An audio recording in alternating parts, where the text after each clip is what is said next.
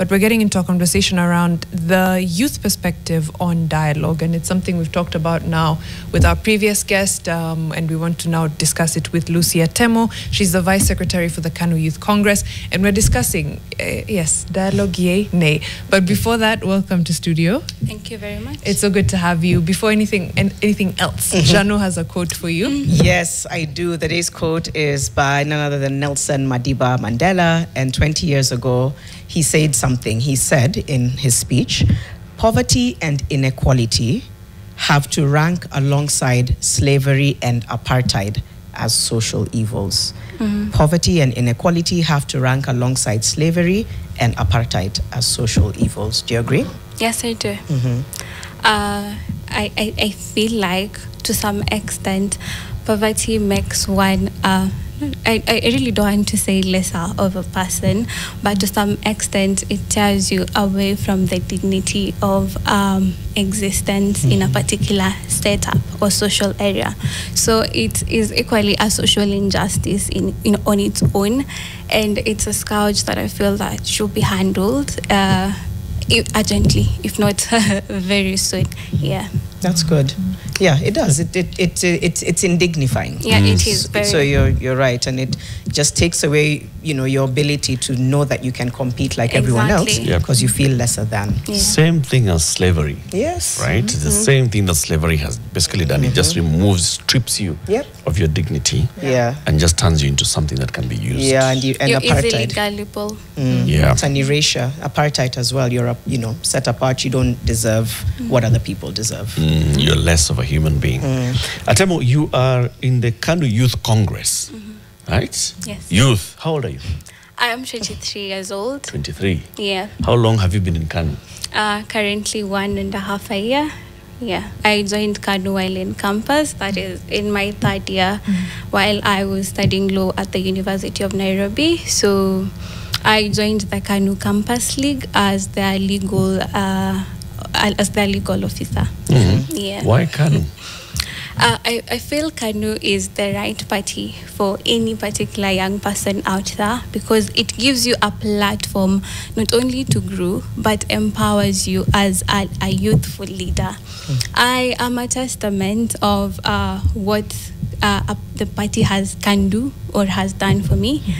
I recently was representing my party in Morocco at the Young Democracy Union of Africa conference, and because of that I was elected the chairperson Human Rights and Gender Affairs Committee, which I think if I were in any other political party I would have not gotten the chance, considering that most political parties have the veteran people, the youthful leaders that I will not mention, and all that.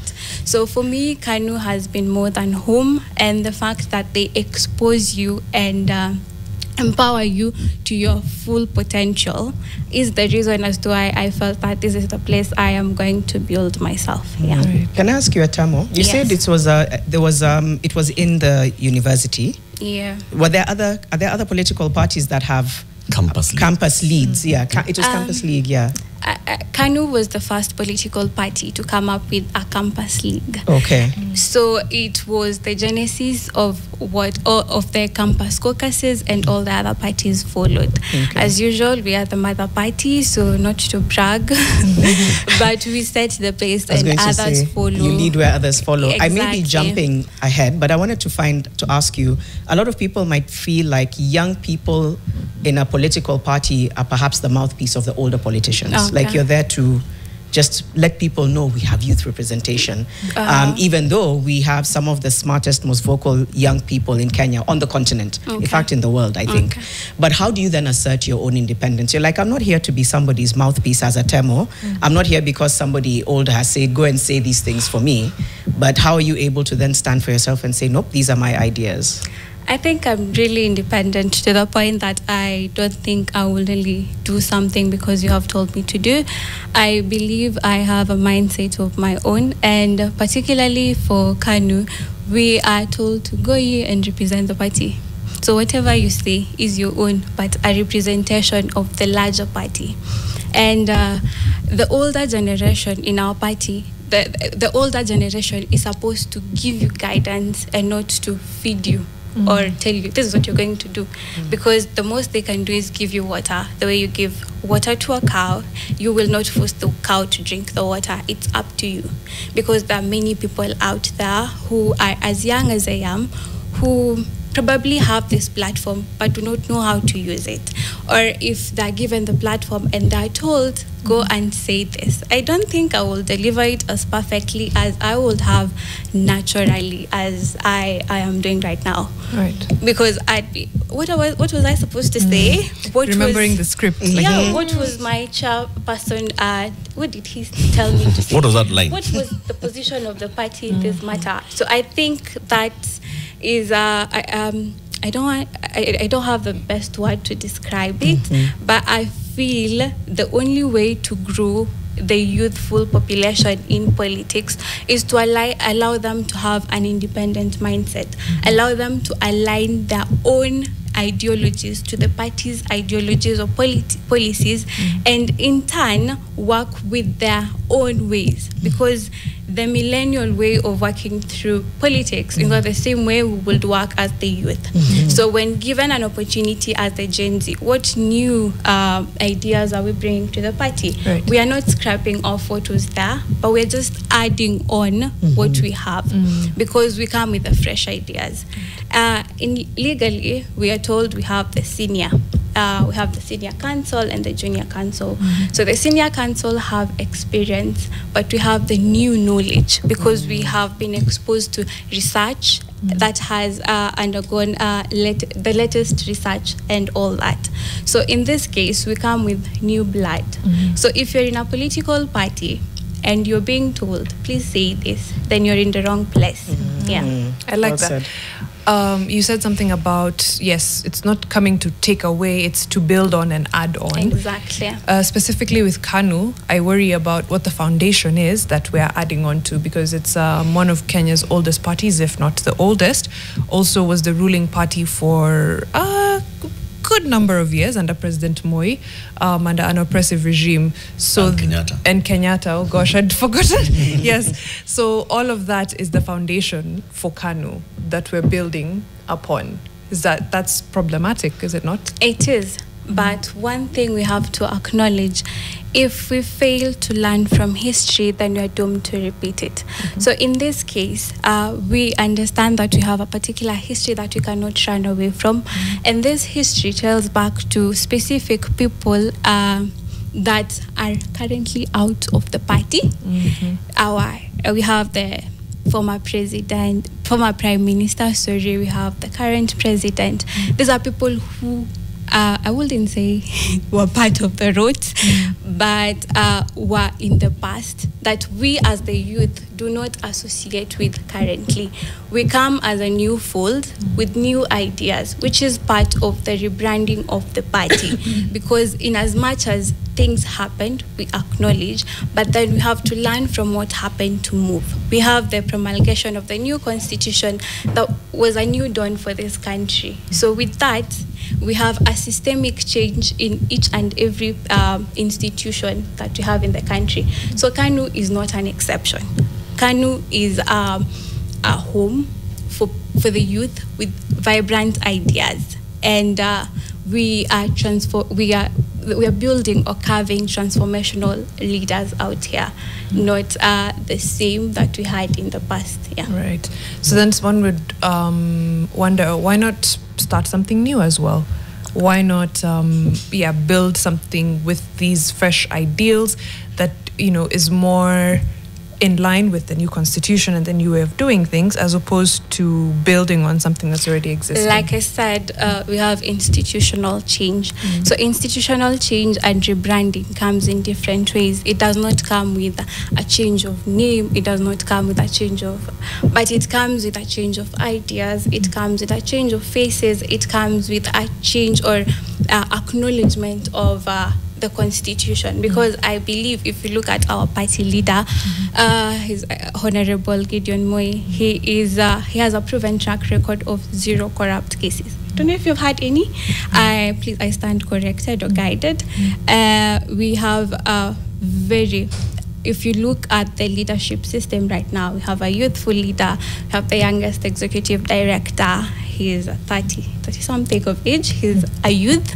So with the change of leadership comes with a different leadership structure, different changes. So we have a wave that is coming that you all need to be ready for, because you're not ready. I feel you are not ready. We're not ready for the wave. You're not ready. You're not ready. As it stands, I feel you are not ready. But why do you say that? Because you see, she's still inclined to the fact that there's this history that I acknowledged and said we must, if we fail to learn from history, we are doomed to repeat it. True. Okay. And we, the new people who have taken over the party, the new blood that have taken over the party, have learned. We know. We're not running away from it. We the know history. it's there, okay? But we have taken lessons from it. And that's why even if we try as much as we can when you go to acknowledge and appraise the position of the constitutional, because we uphold constitutionalism in the party, and we want that to transform into the larger country. Yeah. A lot of young people obviously, took to the streets, were pushing for justice, democracy. We've seen what the protests do. Yeah. And then I'm just trying to draw next. Then you're in party politics, so to speak. I'm wondering how, when you're within a party, how do you stay connected to the realities of what young people are fighting for in the street? Some might say there's a disconnect. Some might even say there's a harmful pattern of going into a political party and being co-opted. Suddenly you're no longer the Atemo who was pushing for justice on the streets. You're the Atemo who is in a political party. So number one, how do you stay connected to the issues? And then number two, how do you speak to people who say, maybe in a political parties, I don't know because I don't feel like my voice will... For the record, I have been to all Mandamanos. So ideally, I speak the same language that the youthful people speak. When they were occupying Parliament, I was there, and we saw. I was traumatized, but then we learn and we move. The idea of being in a political party is a sense of belonging, because in as much as we young people are talking about reforms, talking about changes, we need to understand how are we going to bring the changes. So in my case, aligning yourself to a political party or a civil society organization, for example, Conrad Adenauer Stiftung, will expose you to matters, democracy, and everything else. It's through these organizations, civil society organizations, and political parties that you will be able to highlight your plight louder, okay?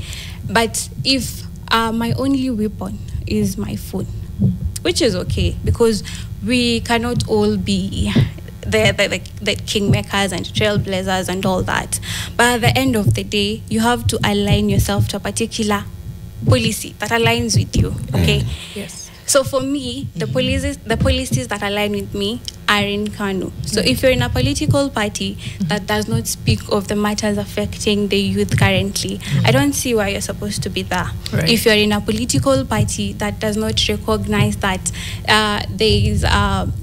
the rights of people have been infringed, I don't understand why you're supposed to be there. You're supposed to be in a place that speaks about the need to preserve the right to life, the need to preserve the right to freedom of expression, the need to have democracy. In as much as we're waiting for 2027, we need to understand that alignment is key.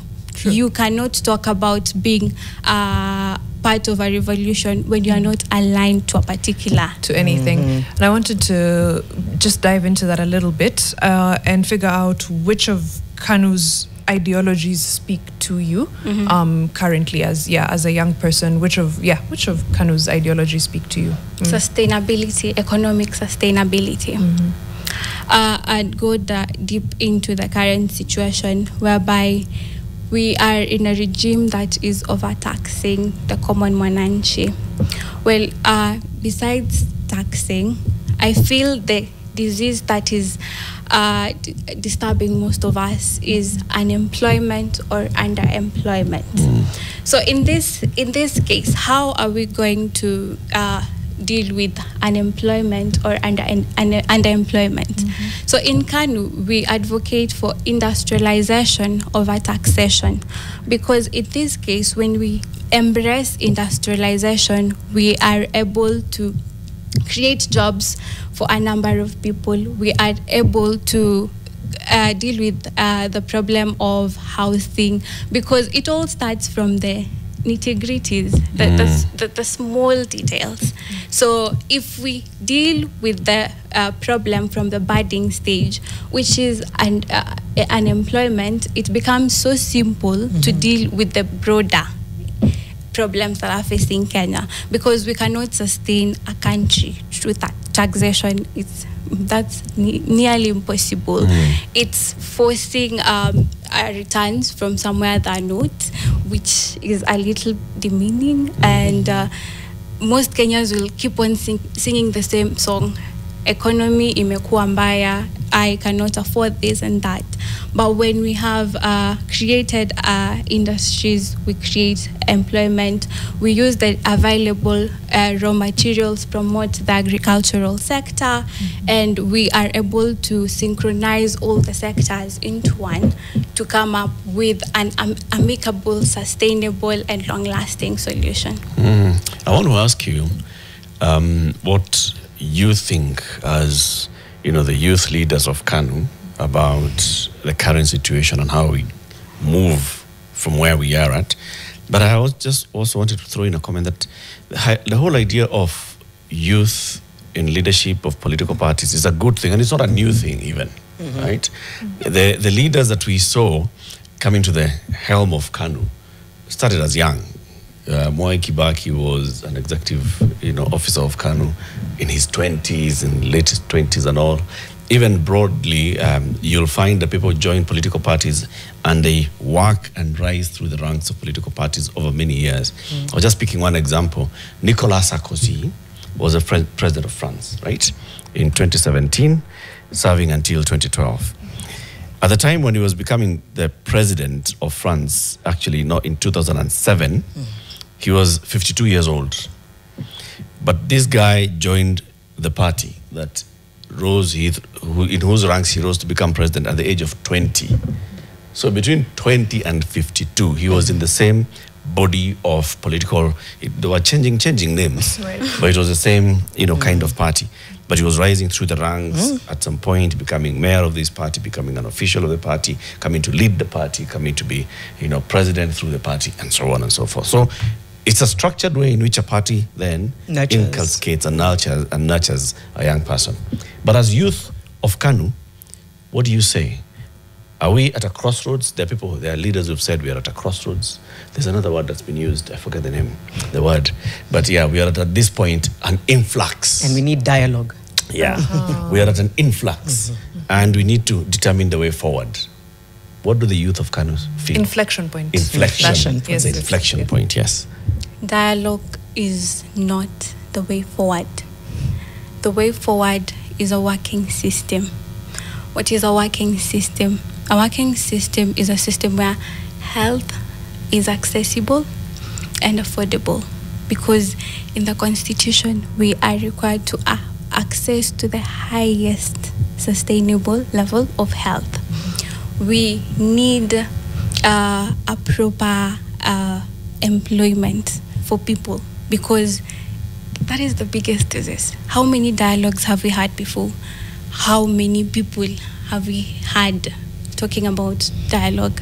But it's more of my personal needs. What I as a Temo want when I go, I'll just say I'm going to represent the young people, and then I'll go say this is what the young people want. But what fraction of young people am I speaking for? Because at the end of the day, you can't use the same mechanisms over and over again expecting different results. That cannot happen. So we are supposed to try different things.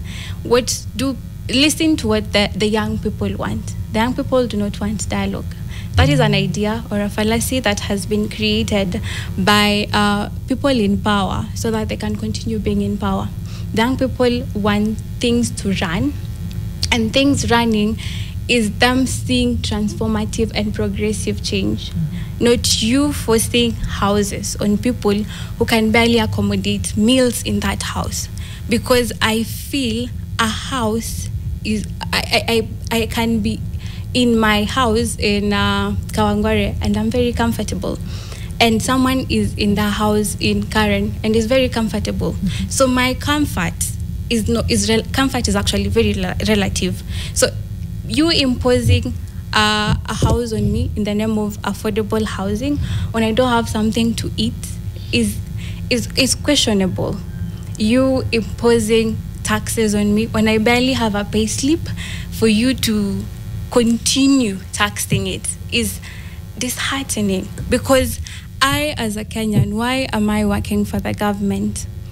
And when we talk of GDP, it's mostly here on the top level. How about the lower level? Because we talked of bottom up when the current regime was campaigning the Mama Mboga economy. The person who's crying the most currently is the Mama Mboga, because the people who have received who have gotten what they really need from this particular government are not the local people, are not the common mwananchi. So at this point, dialogue is not part of what we want. We want actions. We do not want speeches. We do not want boardroom meetings. How will you tell that those actions are actually being actioned? Progressive. We do not want a president who goes out in Is the there a streets. list of things that, for example, the Kanu Youth League says, these things are the things we are tracking? Yeah. So that progress, you'll know progress by tracking. Compare today and tomorrow, or today versus yesterday. Yes, Do you have a list of that? Yeah. Where do you say, okay, what's that list? And what does it have? We have health. So we want, there's discrepancy in the system, whereby besides the general hospitals, if I am sick, I cannot access health in level 1, 2, 3, or 4. Will my illness wait? Because the hospital I need to go to has not been accredited by SHA or SHIF. That's one thing that we need the government to work on. There's a mismatch between the health needs and the system design. So when there's a synchrony of both of them, it becomes easier.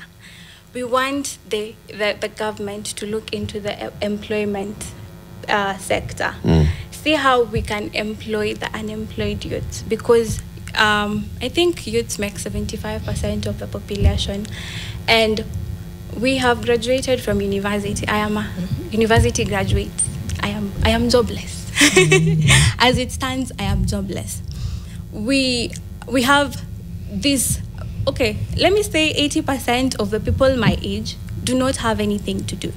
Because what we learned from school, okay, we have other people who have been put there who have no similar qualifications or whatsoever. So we have the youth bulge without jobs and are highly qualified, because most of us have master's degrees, masters and all that. But when you go to get a job, you're told we need someone with 10 years experience. You've seen people go to interviews and there's a whole queue of more than 100 people for one slot. 1,000. Where is the problem coming from? The problem stems from the education system itself. Natatemo, so what's this tracking that you would say? Because somebody then would sit on the other side and argue and say, in terms of health, and you make a very good point, but here is what's being done. You know, What? in terms of onboarding health facilities onto the SHA system, X number of health facilities. How long is... X number of health facilities have been onboarded. You see, you don't have a timeline. Yeah. And they also are also not operating with a timeline. I could give you my own timeline, which says by the end of the year, we'll have 100% of the health facilities So how onboarded. long are we supposed to suffer in silence? So what's your timeline? Because you are demanding for action. It's actually 3 years from the election period. We need to see tangible change. We don't want to see changes that are orchestrated, because I feel like I am larger than life as an individual person, but because I really care. I really care about what the common mwananchi needs. I'll give you an example. We have the education system. We have the new funding model, whereby we have the funding according to levels. Right now, if I get an A, it is more. It's more. I don't understand. You're at higher risk of being classified as rich when I cannot really afford, because I went to a national school. It's the irony of education is that I cannot access the course I wanted to do, let's say medicine, because I have been placed to medicine, which has a very high rating or is very expensive for me, but because I come from a lower social class, but because I went to this particular school, I am considered to be able to afford that. So this is something that we need to look into. Because as we speak, 12,000 last year, 12,000 people dropped out or deferred from the courses they were given because they could not afford them. And where does this come from? It comes from the systems that have been put in place. So in short, the systems in education are not favorable to any person. We are all in danger, because why would I even work hard to get that A if I want to do the course that I will do? But if we were able to make the available government resources to fully fund for my medical studies, I mean, I will become the doctor that I wanted. I will become the engineer that I wanted. But right now, it becomes so difficult. Yeah. Because there's so many barriers. I'll just sample some feedback as we come back to the conversation. Charles Ndungo says, what does she mean by jobless? The position you're holding in KANU, is it on voluntary basis? You can speak to that. Dennis Mungai, dialogue is a waste of time. If you know what to do, review the university funding model, ensure SHA works for at least 80% for employment. So he's just highlighting what needs to happen. Omena Republic says, kindly tell her, for KANU to be redeemed, all the positions of influence within the party should be held by young people like herself. The Kikombe says, our current president is a product of KANU. So Akina Raila and the late Kibaki. I don't know about you, but there is trauma there. Am I overthinking? I think she spoke to that when she answered and saying, we learn from our mistakes. Make a deep dive into your party leader's past. He may not have been directly involved in corruption during KANU days, but definitely benefited immensely from it. That, again, is Charles Ndungo. So just some feedback there. The clarification about voluntary basis in KANU. I am talking for the larger youth. I am not talking about myself, because as a national vice secretary of KANU, I speak for the people whose ages range between 18 to 35. So most people between the ages of 18 to 35 have graduated but do not have access to jobs. Okay. But you did say I am jobless. Yeah. I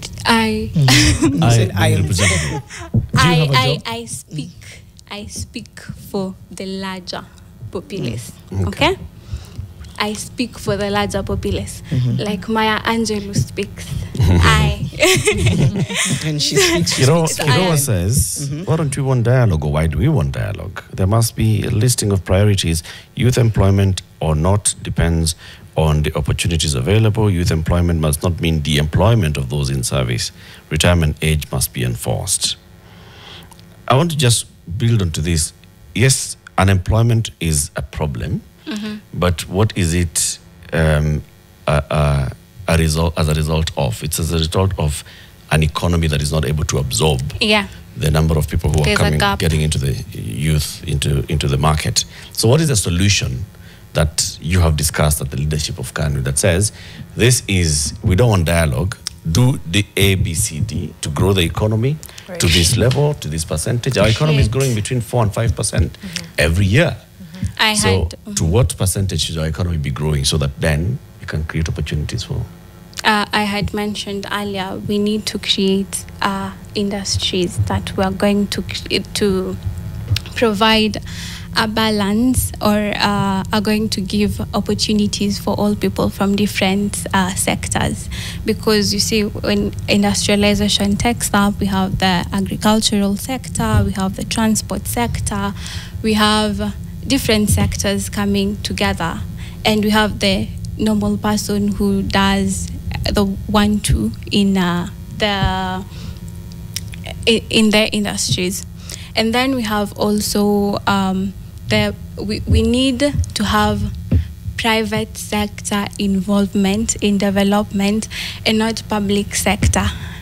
Because when we put most of our economic development in the public sector, it leads to chronism, which makes the people in power bring their own people. And that's why you will see these people talking of carrying their bags full of money, while the common mwananchi launders in poverty, cries of problems here and there. Because I will give you a certain tender because I know you. I will give you a certain tender because you funded my campaigns. We do not want such, but we want accountability and transparency in how all these transactions are done. We need to understand to what level are the public involved, because as we speak, there's a shrinked public civic engagement. We do not have a voice at this point. I feel besides the Maandamano, the X, all that, we do not have a voice as citizens. But we need the government to listen. We need the government to tell us what is really happening. Right. Be transparent in the deals and all that. Usually when there's calls for dialogue, it's a ploy to have people get into government in one way or the other, find their way there. Sometimes you feel like everyone is waiting for the right offer. As you sit in the Youth Congress of KANU, do you have any assurances that from the larger party, there is no right offer that would have them either dialoguing or getting co-opted into the current government, or changing allegiance? For KANU, Youth Congress and the larger party, the only right offer is listening to the common person. And listening to the common person means that we are going to have the common person being engaged. We are going to have services that have been devolved to the grassroots level, and not have politicking here and there, instead of taking part in developmental activities for most leaders. We do not want ethnic marginalization and all that, but we want a united country. We do not want leaders who go around talking about certain communities while sidelining other communities. We need a leader.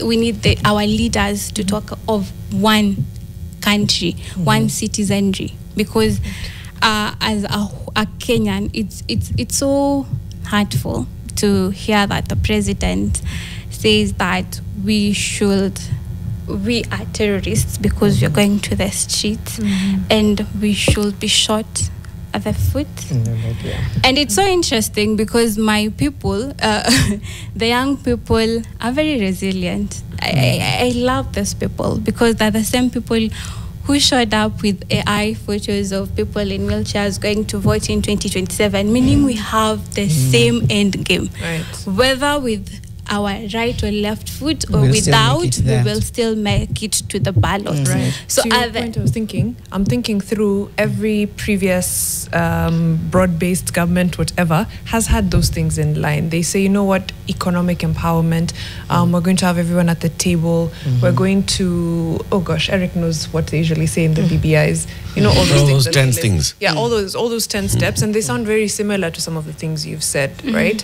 So then how do we ensure that, again, like a youth congress like yours and the party is not co-opted? What assurances lie there? Because every BBI, this report, that report, they come with those things. They say, yes, we're going to do this. We're going to ensure that we have we've done everything constitutionally.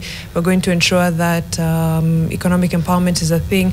We're going to ensure that we have a 2/3 gender rule being implemented. We're going to. Yeah. The greatness of a nation lies in its strict adherence to the rule of law and fidelity to the Constitution, and above all, the rule of law. Those are not my words, but the words of the Chief Justice Emeritus, Dr. David Maraga. So in this case, strict adherence to the rule of law and the Constitution. The rule of law includes the legislation that have been passed in Parliament. The rule of law includes the bills that have been passed to protect the citizens. The rule of law includes the civic engagement processes. The rule of law includes the institutions that have been set up in helping to govern the country. And the Constitution is the Constitution we all know, and we know the contents of the Constitution. And my main worry is the Bill of Rights. So, as I said, strict adherence to the rule of law means simply adhere to what each and every legislation, precedent, or institution that has been set in authority requires us to do. Okay, I know we're going to be a bit short of time. Two quick questions come to mind. One, earlier in this conversation, you talked about your journey going into a political party. What do you feel about young people? They're tribeless, leaderless, partyless. Are you saying, listen, it's time young people actually just find a political party to join or start one? And a tribe to belong to. And a tribe. Yeah, I'm talking party. Mostly party, especially because she's in one. Yeah, okay. So either is it saying, no, right now, if you want to push this forward, you need to either align with the party or start your own. The second one will come to me, but let's start with that one. I had talked about alignment, and I will still insist. Align yourself to a political party that aligns to your ideologies. Number two, be there, be present. Come out for elective positions in 2027 if you can. It does not cost you, or you will not die if you decide to go against Nairobi Women Representative in 2027 as a young leader. As much as there might be myths and all those beliefs, we are rewriting the story. We are telling it in a different perspective.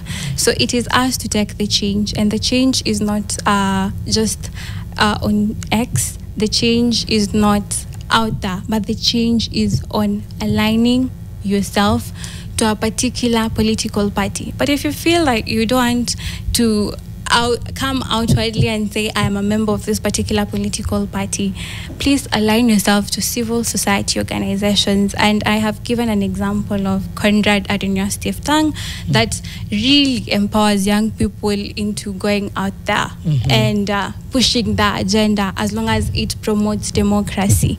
Talk about it, write articles, do anything that is supposed to prove. We have Center for Multi-Party Democracy, we have Mzalendo Kenya, and all those. These are civil society organizations that keep the government on check. So if I am aware and politically work of what's happening in the country, I'll be able to talk from a point of knowledge and concern, because there's no need of you talking about a country that you belong in when you do not understand what's really going on. So for you to understand, please align yourself. So Atemo, are you saying that this talk on X is... No, I am not saying that. No, I haven't finished. Let me finish. The talk, on X and all needs to crystallize into something, Yes. Now we are in agreement. It needs to crystallize, it needs to lead somewhere. Yes. Yeah, go into a political party, go into some form of organized structure, but not just, speaking and engaging. Sounds to me like one of the things that you've done is, by joining a political party in the last 1 year, you have seen the benefits of being in a structured organization, and you're observing from the other side and you're feeling, my brothers and sisters, you are not in the right place. You need to see the light. You need to see the light. Yeah.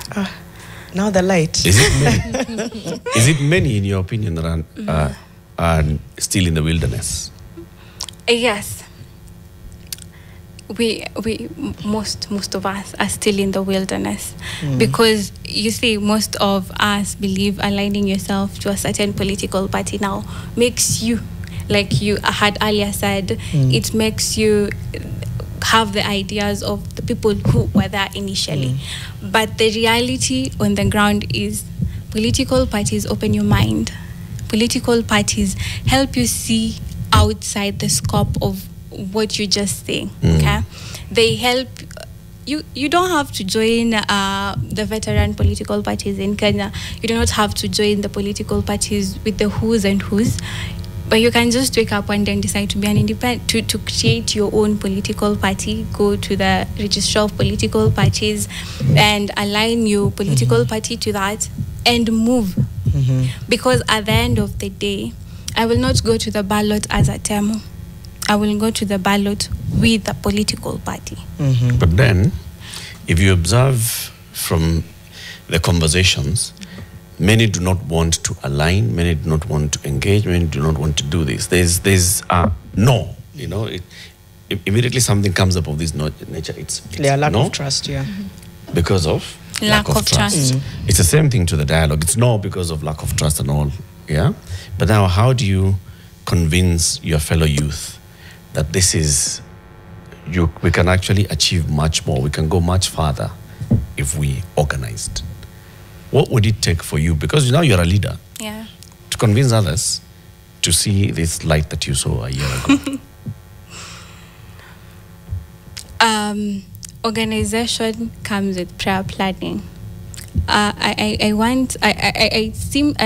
really want to understand how we're going to plan ourselves as leaderless, as we are tribeless. I am tribeless, but as leaderless, and we are all going to one end, the ballot box.